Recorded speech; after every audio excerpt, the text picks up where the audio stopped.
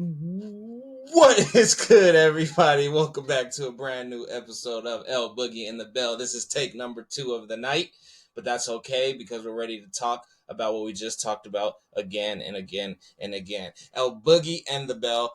I am the Bell. El Boogie, how are we doing today? Fantastic, man. We're here at the end of March Madness. Shout out to Southern Carolina on the perfect season, 38-0, to secure a national title. Men's game is tomorrow. We got Purdue versus UConn. I'm thinking Purdue. Hey, Bell, who do you got tomorrow? And as I said in our first take, I think UConn just because I want to see UConn win more. I know nothing of men's basketball. I was actually more interested in women's basketball. Shouts out to Angela Reese to making it to her Sweet 16. Shouts out to South Carolina for winning it all. Shouts out to Caitlin Clark for a awesome, amazing. She did all 4 years in college. Yeah, she did. Yeah, congratulations to her. She's won one. Had a tough loss in one today, and of course, she got knocked out, but she's made a lot of history for women's basketball. Same with Angela Reese, and I hope it continues on for the next, for the future ladies. And we'll talk about it a little more later. So, anyways, speaking of that, now moving into segment 1, of course, we're gonna talk about El Boogie's GM takes. El Boogie, who are we working with, and what are we trying to fix? What problems are we fixing in any league? All right, so this week I'm going to be the GM for the New York Jets. Now, the Jets didn't actually have a terrible season in my mind. They went 7-10. They had a couple bad losses, a couple surprising good wins. Um, really, their defense held it down for them. Their defense was ranked top 10 in almost every defensive category, but their offense was at like the bottom for every offensive category. So obviously, you fix the offense. Having Aaron Rodgers back and healthy will take care of some of that. It'll probably clean up a lot of your third down efficiency. You're going to get more first downs. You're going to score more points. Um, so your offense is going to look different with him healthy. And I think they've done a good job so far of beefing up that offense a little bit. They traded for one offensive tackle from the Ravens, and they signed Tyron Smith from the Cowboys. So they got two, proven serviceable tackles. The only issue is, and they also added Mike Williams from the Chargers. Okay. The only issue that I see with the Jets right now is they're old. Like they're pretty old and injury prone. Aaron Rodgers, 40 years old, tore his Achilles. Mike Williams, I forget what his injury was, but he had a season-ending injury, which has happened to him several times. Tyron Smith, when was the last time he played a full 17-game season? The other tackle they got, also an older guy.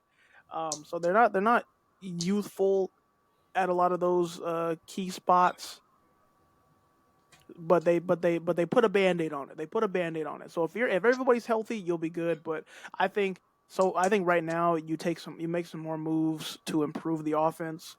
Right now, the Jets have the 10th overall pick in the NFL draft. Now, really at number 10, you have some good options. You can get the number like you can maybe get like the third best wide receiver. You could get Oh, you think a maybe lot of receivers are going in the first 10? You think 2 receivers are going in the first 10? I think they can. I Yeah. think so. I mean, but Marvin Harrison, and Malik Neighbors from LSU. Those two have been talked about, and I think teams like New York, depending on what they want to do, they might go receiver. The Chargers, they might go receiver. Atlanta, they might. You know what I mean? So the Bears at 9 might go receiver as well. But so you're gonna get the second best receiver, third best receiver, maybe the second best tackle if you want to go O line. Me personally, I want that offense to pop.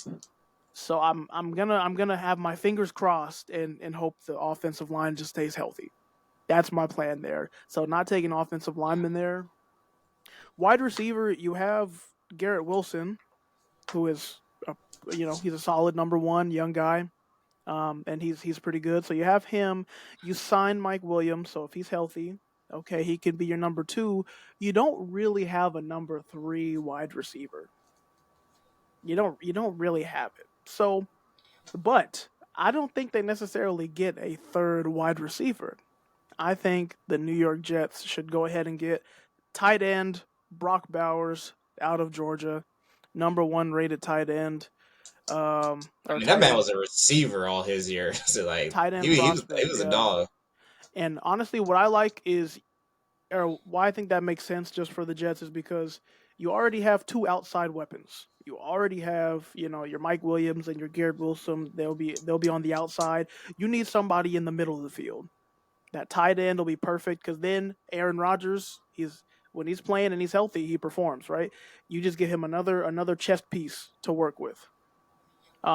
And instead of getting a third wide receiver, which you could do, but I don't think that's you can get decent enough play out of. I think they have like Alan Lazard. Maybe they use a later pick to draft a wide receiver three. Maybe this is a pretty deep wide receiver draft. But I think you go Brock Bowers. He's a premium.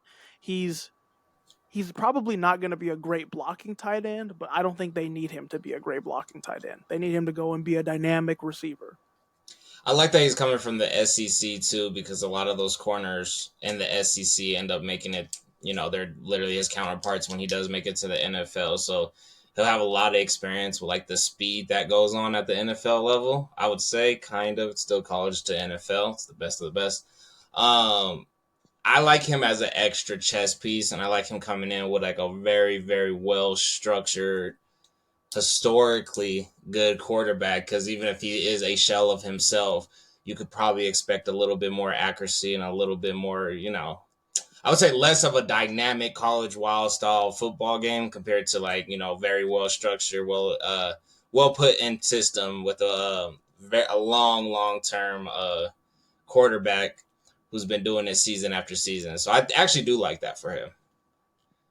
Yeah, But as a GM, El Boogie, if you're the GM, what are you convincing him when you make that call on draft day? So number uh, 9 is passed. You give him the call. Would you like to be a New York Jet? And he says, "Well, what am I going to do for the Jets this season or this next upcoming seasons?"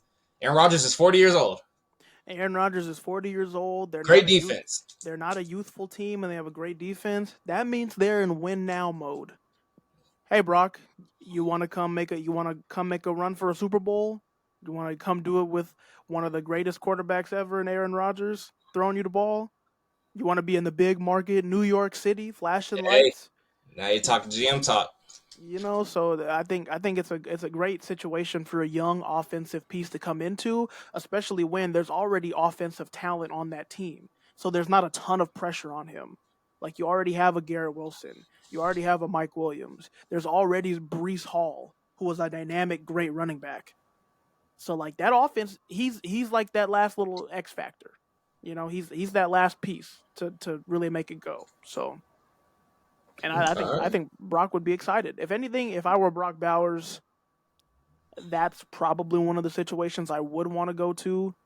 Um, yeah, I honestly, who better to throw you the ball than Aaron Rodgers or I mean maybe a Patrick Mahomes, but I don't see them going tight end. So Fair game, fair game. Alrighty. That was our L Boogie's GM takes. Probably definitely gonna add that to the segment. Like, get a little more interactive inside the rooms. Like, well, how would you actually speak to him, the owner, the person you're trying to draft, maybe the head coach. Sometimes you gotta get on the head coach. But anyways, moving on to segment number 2. Of course, it is our L Boogie and the Bell trivia.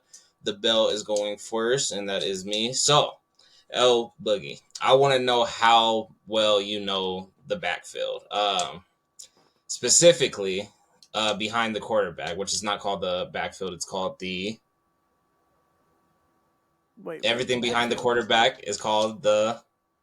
It's not the backfield. Wait, what There's do a you mean? term. Like the fullback, running back? Fullback receiver. I mean, fullback, tight end, and running back. Okay. I don't know the term for what. I don't either. Uh, but anyways, well, I'm gonna see how well you know this past season. And L Boogie, can you guess 6 of the 12 rushers who had over 1,000 yards rushing. Oh, okay. And it's gonna be a close one because we have 1,005, 1,008, 1,012, 1,015, and 1,034, and 1,035, and then the rest are pretty, Right, well right. above 1,000. But Well, let six me. of the 12. All right, let me try to get the easy. So Christian McCaffrey, that's an Number easy one. one. Derrick Henry, he still ran for a Number thousand. two. Oh, see, 1 and 2 right there. So you literally Um, got 1 and 2. You just need what a 4 out of the next 12. uh Or I guess 10 left. DeAndre Swift. DeAndre Swift had 1,049. Okay, yeah, I had a feeling he had a good I season. know where it's gonna get really hard, and there's a really cool one on here. 1,000 yards. Did Raheem Mostert? Did he make it to 1,000 yards? Yeah, Raheem Mostert did make it to a I'll thousand see. Okay, yards. there we go. I know he was popping a little bit. Um, Let me take, and now this is where Two I more. start to blank. Did Raheem Saquon? Mostert Did was Saquon get 1,000? no. Saquon Barkley finished the season with Oh, 962 yards. oh, that is There's a hard to really get. good one I know you're gonna say, and he doesn't. He did not get 1,000, but he's in that same boat as Saquon. Mm, I'm trying to think who were like the feature running backs. Alvin Kamara had a suspension, so I don't think he made it. Nah. Yeah. Was he balling when he was in though? I don't know. The Saints' offense wasn't good this year, so Yeah. it was bad. I think Two more. Josh Jacobs also had a down year. Nah, Josh. I don't even, he's not even. Oh, the running back from the Rams. What is his name? Is there a Rams running back on there? Young guy? No, fudge. Dang, why do I suck? um. Oh, If this is, ETN. Did yep, ETN you get got it? him. Travis Etienne, ETN. Okay. 1,008. He's one of those rare ones. Yeah, 1,008. Okay, so I just need one. There's somebody right under him, and that's the person I don't think you're gonna get. I gotta think which teams did Bijan Robinson? Did he get 1,000? No. No. Okay. Uh, damn. Not David Montgomery. David Montgomery, 1,015. So that's Okay, 6. there we So go. now I'm going to go 1 through 12. Number 1, Christian McCaffrey. Number 2, Derrick Henry. Number 3, Kyron Williams. Would not have That's got who that. I was. That's who I was thinking. It was Yeah, Kyron. I saw kind of a Rams uniform, but I really didn't pay attention to them this year, but I He's. do remember him running the ball. I just couldn't think of his name, but I was like, yeah, there's a guy on the Rams who had a good season. Because I'm looking at David Montgomery like he plays for the Rams just based off of the jersey, but, Number 4, James Cook. You're bad for not getting that one. He got 1,000 yards. 1,122 to be exact. Oh, I guess he slept. Hey, sleeper. I didn't know. Oh, I'm so excited about number 12. Um, what am I at? 5, DeAndre Swift. Number 6, James Conner. Number 7, Mm-hmm. Najee Harris. Sleeper. He still got 1,000. Still got 1,000. I mean, they had no offense, so That's surprising. hey. What was I on 7, 8? Joe Mixon. Okay. You could have said that one. See how you could, I could see him having like an 890, but it's very impactful. David Montgomery, number 9, if that's where we are. Raheem, excuse me. Number 10, Travis Etienne, number 11, and number 12 with 1,005 yards is Tony Pollard. He had 1,000 yards. He had 1,000 yards, and now I see the value in him getting that contract with where's he at now? Tennessee. Yeah, now I see it. Now I get it. Now he finished with 1,000 yards. You watch Dallas play, and I think we put so much attention on Dak that you like so much attention on Dak that you really don't realize his impact. He got 1,000 yards, and I honestly don't feel like he did anything, but you know that he has big time plays, and you know he comes through. 1,000 yards was a stretch for me on 250 rushes, so on That the higher end, that but that surprises me. 1,005 yards. Hey, good for Tony Pollard. And I think Tony Pollard is a good running back. I just don't think he's your feature back. Like I think he's great in a 1-2 punch. Like when we saw him with Ezekiel Elliott, like they had an effective thing going. I think Tennessee, they have another running back, Spears, I think is his last name, and he's like serviceable. You know what I mean? So two like him with a Tony Pollard, that could be good. And just to give some credit to a couple 900ers, Brees Hall 994, very close to that thousand. I know Yeah, I mean, bonuses and stuff start kicking in. Bijan Robinson, you said his name, 976. Saquon Barkley 962. And out of the super honorable mention, this isn't the 800, but Lamar Jackson 821, which is absolutely ridiculous. 148 attempts. So imagine if he did get 250, be yeah. dangerous. He would have a rushing record. I mean, not record. He'll have the rushing title. And last but not least, the hardest working 935 yards, if you ask me, Isaiah Pacheco. Oh yeah, I wanted to say Pacheco, but I'm like, nah, he definitely He because they works they have way a too committee hard. too. They have several running backs they like to throw in there, but I know Pacheco goes hard. He just goes hard. Pacheco on all 935 of those yards. Out of all of these running backs, no offense, everybody works hard. Everybody's got to level. But the hardest earned 935 yards, and if he does get 1,000 next year, then it'll be 1,000 yards, is Isaiah Pacheco.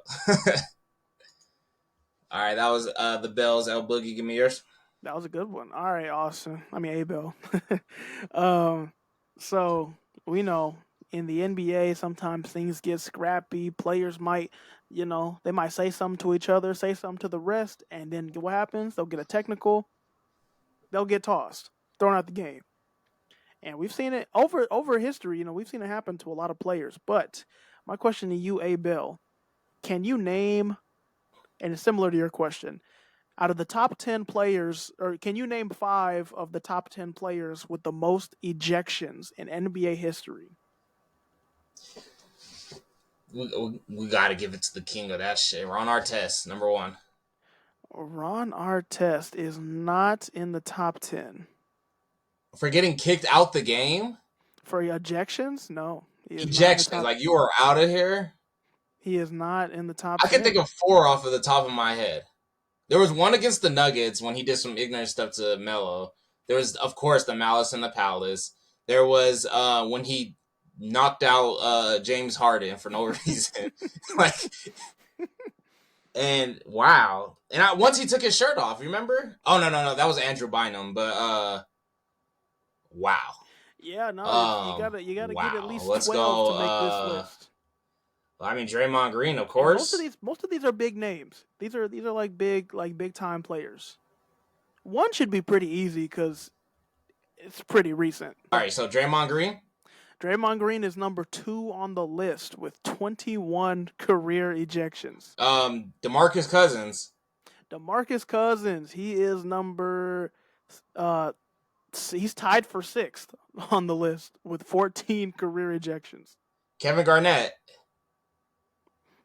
Kevin Garnett. He is not in the top 10. Ben Wallace. You said Ben Wallace? Ben or Rashid. Rasheed Wallace, number 1 Yeah, all that's my time. dog. 29 career ejections. Kenyon Martin. Kenyon Martin is tied for 10 with 12 ejections. Sheesh. What'd You're you doing say? pretty good. You're doing pretty good. You just got to I name got one one more. one more to name. And there's some big like historical players still on this list. I wouldn't believe Kobe's on there. Not Kobe. I wouldn't believe LeBron or Jordan's on there. Nope. Superstars?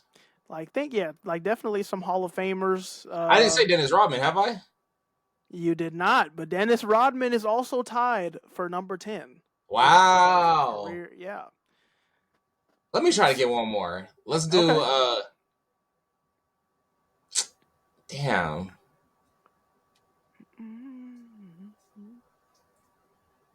I'm trying to think of a wild boy.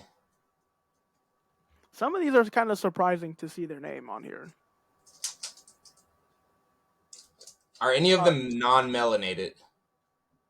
no, I think they are all melanated. They are all melanated. A lot of them, well, actually, one of them, I'm not sure, but a lot of them are on TV now. Chuck? Charles Barkley is on. He is tied for four with 16 career ejections. Yeah, I could see him mouthing off and like going crazy in the 80s and 90s.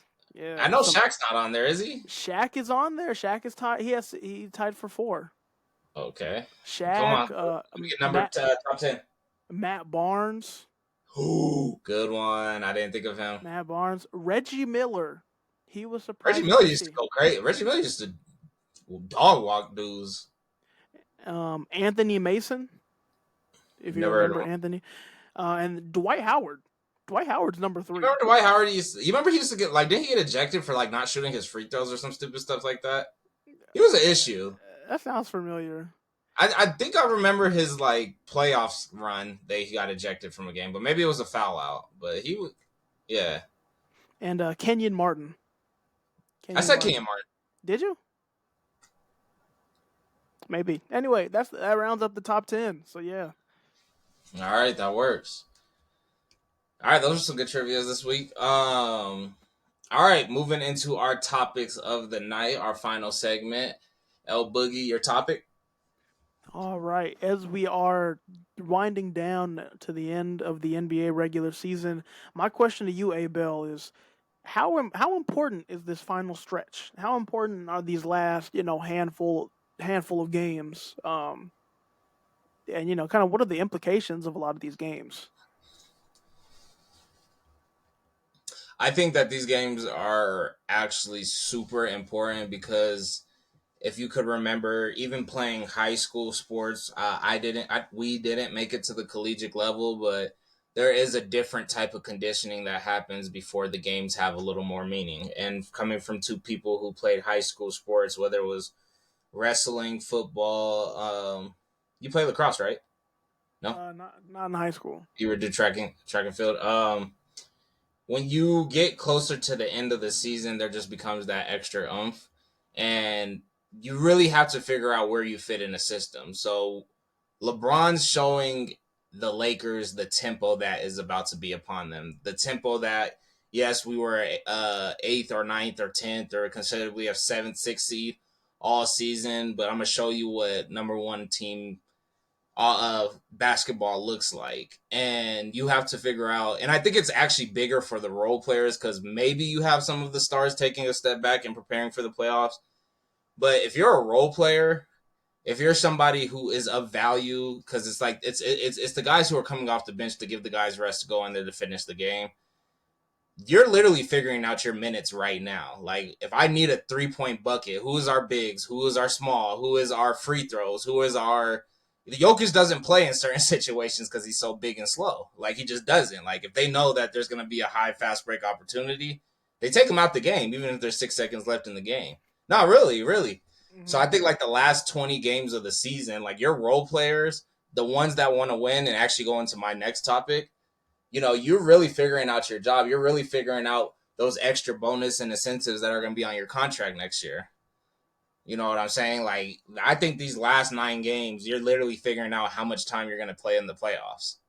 So I think it's the biggest time for your role players. I think it's a great time for the stars of the team to help them understand that we're going to play at an even higher, faster level, even though we're the highest paid athletes in the sport in the biggest league all year. I just think that last 10 to 20 games is where they're really like picking up that tempo because come game one, it's win or go home. And then you got some teams who could potentially be tanking and stuff like that. That doesn't make you guys better. So as a number one seed, like you really have to figure out what role players are going to go hard against these lesser teams because you're going to have to show up in that last 10 games or else you're not going to see time. LeBron could play 42 minutes at 40 years old. Like he doesn't need to get off the court. We've seen him do it year after year after year. Hey, what about you? What do you think? No, you make some good points, and I think yeah, it's very telling this point of the season where like you need to be hitting your stride. Like now is when your team should be playing, playing to their potential. Like your team should be running in stride, You hopefully are very healthy at this point in the season, as you make a push into the playoffs or entering the playoffs. Um, and yeah, at this point, you know who your team is. There is no more feeling it out. There's no more, oh, let's give this guy a try. Let's see if this works, that works. Because in the playoffs, a lot of teams, they only play like 7 players, 8 players in a game. You know what I mean? Might get some minutes when it's mostly your starters kind of running the show the whole game. So now is the time to you have your identity, you have it figured out, and you have game plans going forward. But I think on a surface level, I think these last couple stretches, at least where we are right now, they're just so impactful for playoff seeding and positioning. In the East, it doesn't matter as much. A lot of actually, I think a good amount of the seedings are relatively set. Teams might jump one spot or another, doesn't matter. The Celtics have already won the conference easily, so they could rest players for like the next week or two. But the West is wild. Like the West is Wow, act Wes. the West, wild, wild West, man. The fact that we are, four, like teams have either 4 or 5 games left at this point, and the number one seed, the Nuggets, the Timberwolves, and the Thunder, they're only separated by 1 game. So all of these games matter for those teams because if you mess around and lose 2 or 3 of your last games, you could be the third seed. Which I don't think is necessarily like a run for the hills emergency, but you want number one seed. You want the playoffs to run through home, especially for the Nuggets. You want the playoffs to run through Denver in that elevation. Like that's just what you want. And then the play-in's kind of crazy, and like the Lakers are kind of making a push in this last portion of the season. They're 9-1 in their last 10 games, and they're the 8th seed. So they'll be playing the Pelican. If the playoffs are today, they play the Pelicans in the first round. So I think that puts them in a good position. What's going on with the Thunder? Why are we 5-5 in our last 10, and we're approaching the last week of the season? Um, Is Shea all right? Yeah, they he's all are right. for. He's still the Let me best see. player on You know every what? game. I did see a game like last or this past week, and Shea and Jalen Williams were on the bench, like not playing. Okay. So I don't know if they were taking like rest or anything, but they weren't playing. But the good news for the Thunder, at least, they play the Kings, which is a very winnable game. The Spurs, you should also win that game. The Bucks will be a challenge, but you play them at home, so that helps. And then you play the Mavericks, which in theory you should also win. So the Thunder are in a good position to at least they're still alive for the 1 seed. So their slump going 5-5. Let's see, they got blown out by the Celtics. Jeez, blown out. Looking at the current West, Oof. I just really hope we see a 5 versus 4 Mavericks and Clippers. Oh, I just clicked out of it. I really, really would love to see. I'd rather see a Thunder versus Lakers because it's like old versus new.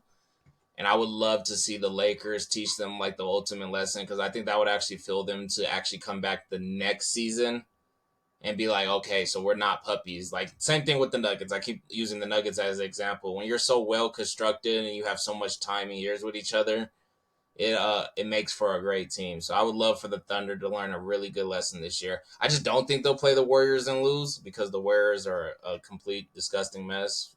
Actually, they're out of the play-in right now, huh? No, they are the 10th seed, and they're pretty Okay. much locked. They're locked into the 10th seed because the Rockets fell behind. So Yeah, the yeah. Rockets have a abundance of wrong things going on over there. Anyway, the Spurs are booty. I would love to see the Suns humble the T Wolves, and I would love to see LeBron get out of the play-in, and then yeah, this is a really it's gonna be a great. So the West is exciting up and down. The East doesn't excite me. The first round doesn't excite me. Besides Jimmy doing something crazy, Joel, you just need more time in your season. I want Trey Young to make it to the playoffs. God dang. Uh, the Knicks and Cavs is going to be a heck of a series, and Bucks and Celtics should make it past the first round. The only thing that excites me about the East is Jimmy Butler and this Bucks and Cavs series. I mean, excuse me, this Knicks and Cavs series. Honestly, I didn't even realize the Magic were doing so good. They've had that team constructed for a while now. They've constructed that team for a while, so they should be a higher seed, or at least in the playoffs, solidify. Do you think they're gonna do anything? Uh, It's sneaky too. Don't see get the the record twisted. the It's thing is, sneaky. the East. I don't really trust anybody in the East. Like Who do you honestly, trust in the West right now besides the Nuggets? besides the Nuggets, who do I trust? I don't see the Timber. I don't see the Thunder being a first round exit. I don't. It's I see age, man. I see the Thunder. I see the Thunder at least getting out of the first round, regardless of who they play, whether it be the The Suns Suns. or the Pelicans or the Lakers. I am taking the Thunder to get out of the first round for sure. Um, I think the Clippers are going to give people a run for their money. I I think the think Clippers are going to make some noise in the second round. I think the mhm. Clippers are actually going to beat the Mavs, and I think Luka's going to go nuts on them. I think Kyrie's going to embarrass a couple people, but I don't think that they're a good enough team to beat them. Yeah, the Clippers are good. For some, just because it would be fun, I want the Pelicans to do good, just to see like Zion do some crazy stuff in the playoffs. But I don't. I don't think nothing changes about Zion and the current team constructed. I don't think they change anything in the playoffs. It'd be cool to see them go 7 games, though. I'll give you that. Like to see them in a 7 game series would be pretty awesome. With um, who would it be right now? Currently constructed the Thunder. Oh no, the T Wolves. Oh, that would be a great series. It could be. I don't think it'll be 7 games, but it'd be a good series. Yeah, the West. Yeah, honestly, until we get to the Eastern Conference Finals, I probably won't pay attention. But the Western Conference Finals, it's gonna be crazy out the jump. So that's why these last couple games really matter, just because the seeding is relatively tight in spots. So you want to put your team in the best position possible. You know, if that's avoiding the play-in tournament, you want to make sure you do that. Currently, the Suns and the Pelicans have the same record. The Suns just have a tiebreaker. So if they I like the Pelicans playing the Thunder. Two young teams, relatively. Pelicans are starting to get up there. That'd be cool. That'd be cool to see Zion wild out in his first playoff, because that'll be his first playoffs, right? I He might think have caught a so. couple last year. I think so. Yeah. This has been like his most healthy season of his career, which is like, good for him. For sure. All right, yeah. Yeah, I think they matter though. All in all, to answer your question, I think these games do matter. I mean, you can hear our excitement. We're ready to actually watch. Like, we're ready to actually invest our own time in as fans, compared to a regular season where for the past couple of years we've been talking about load management and stuff like that. Which could be a good question for the next time, which is like, how do we feel load management has changed since they implemented the new rules? But anyways, let's just move on for now. The Bells topic, and it actually goes into winning. And let's keep it to the professional sports, because we never made it to collegiate, and we let alone never made it to where we're actually getting paid to play a sport. El Boogie, my question to you is let's name 3 factors that go into actually wanting to win compared to collecting millions of dollars and just chilling once your season has expired. And what I mean by that is regular season. So we can use the NFL, NHL, NBA, WNBA. We can use all these different things. Based off of you and the play as a player and what you do for a team, they construct your contract. But from a full business side, winning a championship, it provides job opportunity to the city. It provides more billions to the billionaire, more sponsorship, no more notoriety, more business to the local businesses, more attention, more everything, more to the legacy that these billionaires own on these teams with just mascots and logos. I want you to name 3 factors for wanting to actually win past that regular season. So you're the first round, you're the first seed, or you're the eighth seed. You're the wild card team away, or you're the Chiefs who are sitting at the home. Like, Give me three factors that play into any position on the field of why you want to win instead of, an early trip to Cancun. Well, one is legacy. You get into the postseason. You're chasing a championship. You're chasing the opportunity to go down in the history books. Everyone will always remember who the champion was of the season. They're not going to necessarily remember the second or third place team. They're going to remember, oh, this team won this title, and it's written down everywhere. So you're chasing legacy. You're chasing winning. You're chasing something that making it to professional sports at least. It like the number of people who actually get the opportunity to do that is super low. Now imagine the amount of people who get to win a title at the highest level. You're joining such a prestigious, upper echelon group of people. So you're trying to cement your legacy. That's one. Number two, you did touch on it. It is performative in the sense that maybe you want to secure a contract. Maybe you want to show that you can play. If you show that you add value to a team, you maybe even if you're not the starter, but if you add value to a team and you make a difference in the playoffs when everyone's watching and all the games matter, then that's how you also get paid. Like Bruce Brown, perfect example. Yeah. He was great for the Nuggets last season. Fantastic, definitely contributed to winning a title. He went and got the bag from the Pacers. He got like a 2 year I was surprised he got as much money as he did, but he deserved it and he earned it and he showed his value. I think it's kind of ironic they ended up trading him to Toronto after giving him that contract. But that's how basketball works. But yeah, it could be big, especially if you're coming into a contract year, like okay, it's time for me to test the free agent market or earn an extension. That's the time to do it. It's in the playoffs. Your billionaire owner, he gets more money the further your team goes and the better your team performs. So it's a great selling point saying like, hey, I helped win these games. Can I get some more money? You put yourself in a position to have that conversation.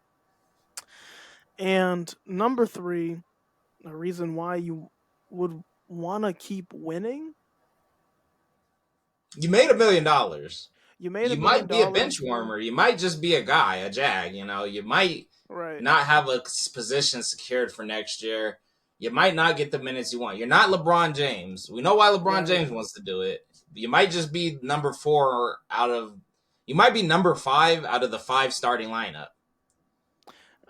I think the third reason, and this holds true for sports at any level, in my opinion, it's the camaraderie. Yeah.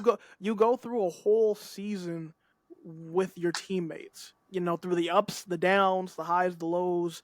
Even if you maybe I don't know from personal experience, like did I like every person that I played sports with? No, but when you're playing the game, it's you versus the other team. You're all together. You're all on one team. You're all brothers or sisters. You're all collectively fighting to win the game. And you're gonna do that, especially for these NBA guys or professional athletes. They spend even more time around each other. They practice more. They train more. They travel together all the time. Buses, planes. You spend all this time around these people. More than likely or not, you're gonna have several friends on the team. So it's like, hey guys, let's go do this. Let's make a run at this. Let's go win. You know what I mean? So I think that camaraderie that's a huge factor, and you can see that at professional, college, high school, little league. Like that's one of the greatest parts about sports. For sure. I'll keep mine kind of quick. So my first one is camaraderie. I thought I was gonna say that word a lot better because I was actually gonna say that even when you said it. Yeah, I think it's a team sport, and to be able to live your dreams and all the way to that level, and of course, if you notice, there are guys who just fall off. There are guys who like the NFL demand just wasn't it. Like you have dudes like not you had dudes like Johnny Manziel, you know what I'm saying? Where it's like that was Johnny football, you know what I mean? Like that was the guy, like that was that boy. He goes to the league and it might not have been the same type of energy. It might not have been the same type of like I think everybody at every certain level. So it's like when you're in that locker room and it's a playoff game, and your team, like you guys all kind of know, like we're about to get smoked or whatever the case is. I think that team camaraderie is like humongous. Like and I think the best example of that was last year's Eagles season. Like they're a good team. They're still in there. That secondary, like I feel like the back of the defense was just like they really drove, like they really put like some like real sour energy into that building for some reason, because there's no reason their season should have ended like that last 5 games. I feel like there was like a huge breakdown, and you could see it through their quarterback play, and you could see the frustration through their center, the only center in history we've ever just overly paid attention to. So I just think like that motivation to keep pushing, to see it all the way through, is like bigger than all the money. I think it's bigger than any dollar amount or anything like that. Which brings me to my number 2, and of course the money. You're showing your value. If I'm a bench warmer on the Lakers, but I give LeBron as much hell as I possibly can, and I have the tape of that, and I have the footage of that, and I might have got 1 or 2 loose balls in the playoff games, and we might get swept by the Nuggets. We might get this or that. Like, however the ball lands, I'm literally going to show my value to the best of my extent, because you never know when it's over. So I think even for the guys who are like, man, I have to watch the starters live their dreams in the playoffs, while I just sit here and make these $30,000 paychecks and they make $300,000 paychecks.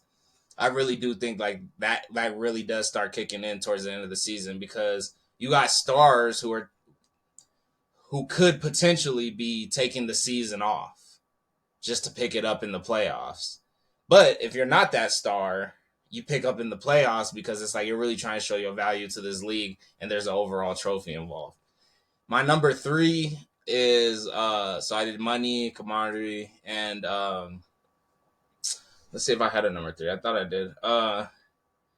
Yeah, my number 3, it probably just goes back into the love of the game. Like in theory, I think we would love being in the NFL right now. Did we do everything in our power to make it to the NFL? No. That's probably why we're not in the NFL.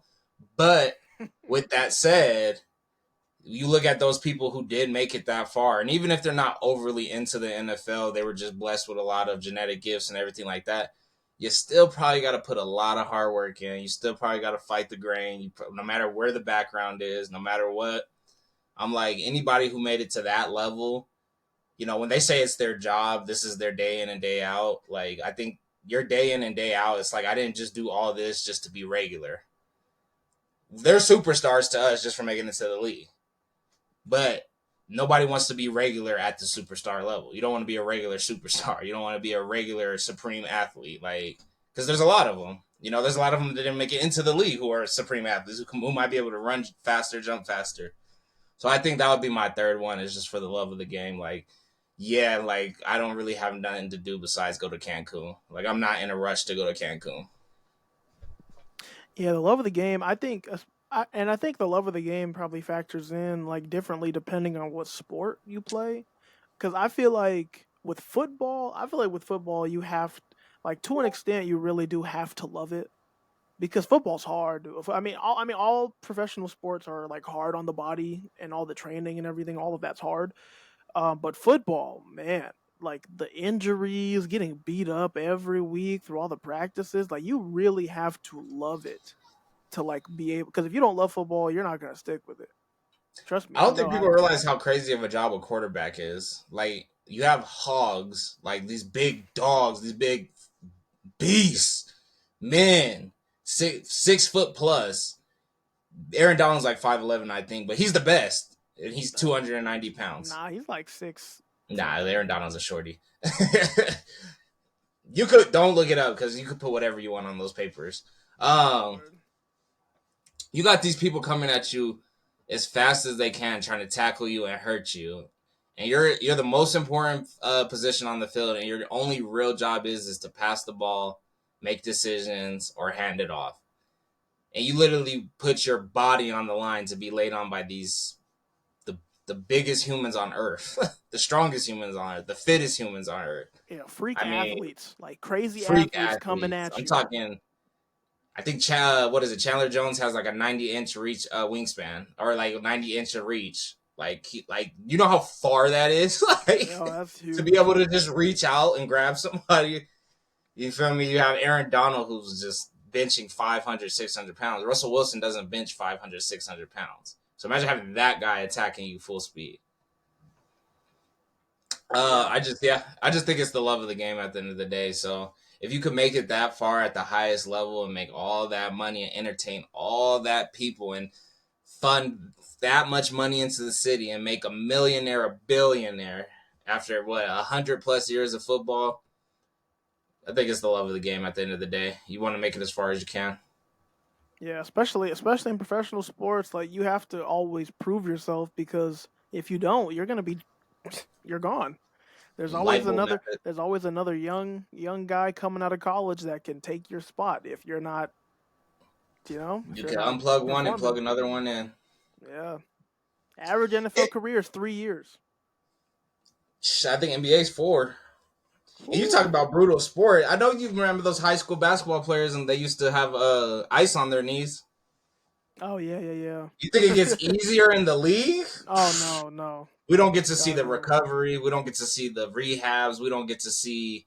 Alonzo Ball hasn't played in like 2 years. Oh, but his is like freak. Like that's like freak injury. Like that is Imagine being a freak insane. athlete, but then you get exposed to a freak injury. Yeah, his is Life. like whoa. What was his name? I always think of Brandon Roy. Brandon Roy was so cold in 2K2. I remember Brandon Roy like hit this 1 3. I was just like, man, this man is a real athlete. He like jumped like 17 feet in the air just to hit a three. I was like, what is wrong with this man? And then they was talking about he don't have like cartilage in his knees. I'm like, bro, it's not even worth it. Yeah, no injuries are rough. Todd Gurley.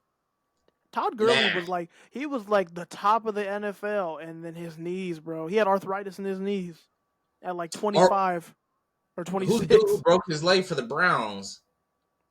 Nick Chubb. Wait, Oh, that shit was nasty. Did you see it? I didn't see it. Ooh, I didn't like it. But anyways, that has been another edition of El Boogie and the Bell. El Boogie, would you like to take us out? Sure thing. Hey, as always, appreciate all y'all tuning in and watching El Boogie and the Bell. Make sure you guys watch us on YouTube. Give us a like, add a comment. Let us know what you think, what we got right, what we got wrong. Let us know your input. Watch our clips on YouTube. Watch our TikToks. We got a bunch of good content. We're gonna keep bringing y'all this good content every week. So make sure y'all tune in.